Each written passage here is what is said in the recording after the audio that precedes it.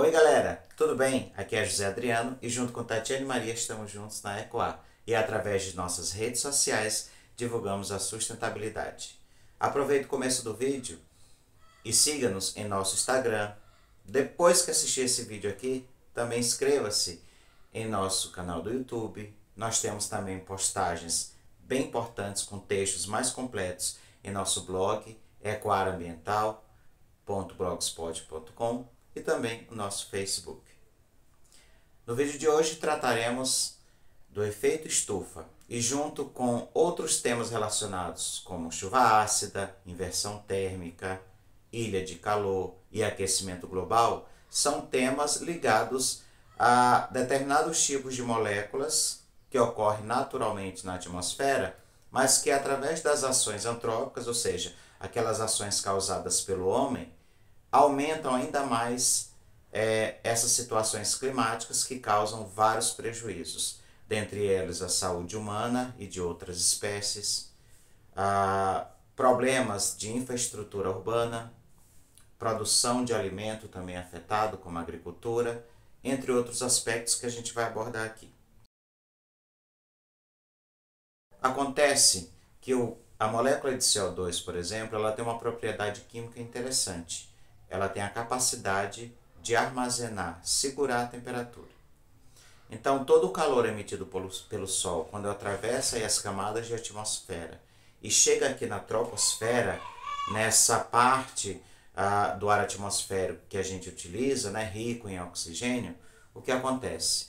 Com esse CO2 preso aqui dentro, ele evita que esse calor se dissipe, volte para o espaço, se mantendo aqui, deixando o planeta habitável, dentro de condições seguras, para que as espécies que a gente conhece hoje e que as espécies que já habitaram continuassem e mantivessem aí o seu ciclo vital.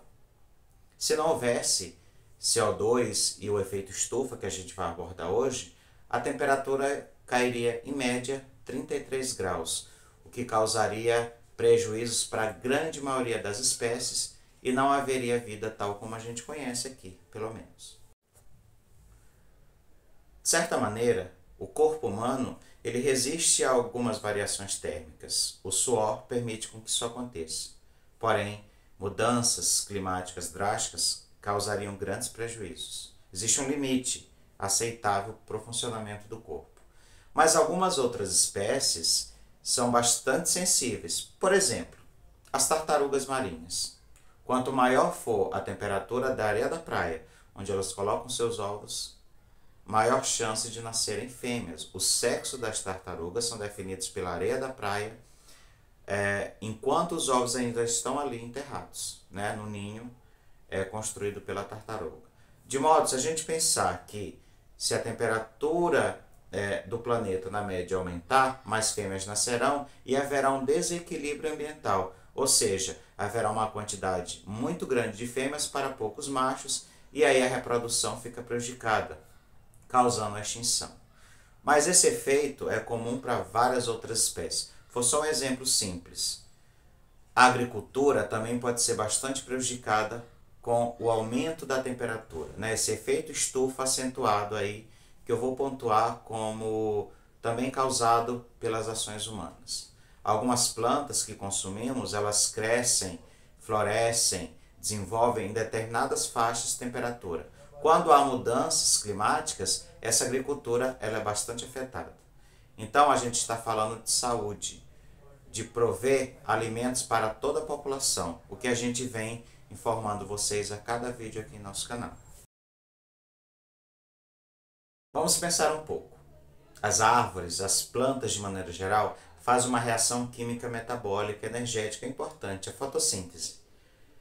Para que ocorra essa fotossíntese, a planta utiliza a luz, que ela absorve pelas folhas, a água e sais minerais pelas raízes e o gás carbônico, o CO2 que a gente emite, por exemplo, pela respiração, elas absorvem pelas folhas para que ocorra essa reação complexa chamada fotossíntese, para que ela cresça, se desenvolva e produza lá as moléculas orgânicas que necessita. Quando ela absorve o CO2, esse gás de efeito estufa, quanto maior a concentração desse gás aumenta a temperatura do ambiente, então ela absorvendo, ela internaliza no próprio corpo dela essa molécula que é transformada aí como base de outras moléculas. Quando se corta uma árvore, quando se queima, se produz carvão vegetal, quando se queima tudo isso que estava guardadinho ali no corpo dela agora vai para a atmosfera, aumentando novamente a porcentagem desse gás na atmosfera. Então, queimadas, desmatamentos são ações antrópicas que causam o aumento do efeito estufa. Agora vamos pensar também o que podemos fazer e o que as empresas podem fazer para melhorar este efeito que causa tantos danos. Olha só, redução da utilização de energia elétrica, reutilização de materiais, reciclagem, redução do consumo, utilização de tecnologias sustentáveis, placas de energia solar ao invés da energia provinda da hidroelétrica, e também filtros que podem evitar com que esses gases, quando produzidos por uma fábrica, sejam emitidos diretamente para o ar atmosférico. E também um processo de otimização de produção, onde a matéria-prima utilizada possa ser utilizada ao máximo, antes que os dejetos e os produtos daquela produção sejam despejados no ambiente. E a gente, dentro de casa, o que pode fazer?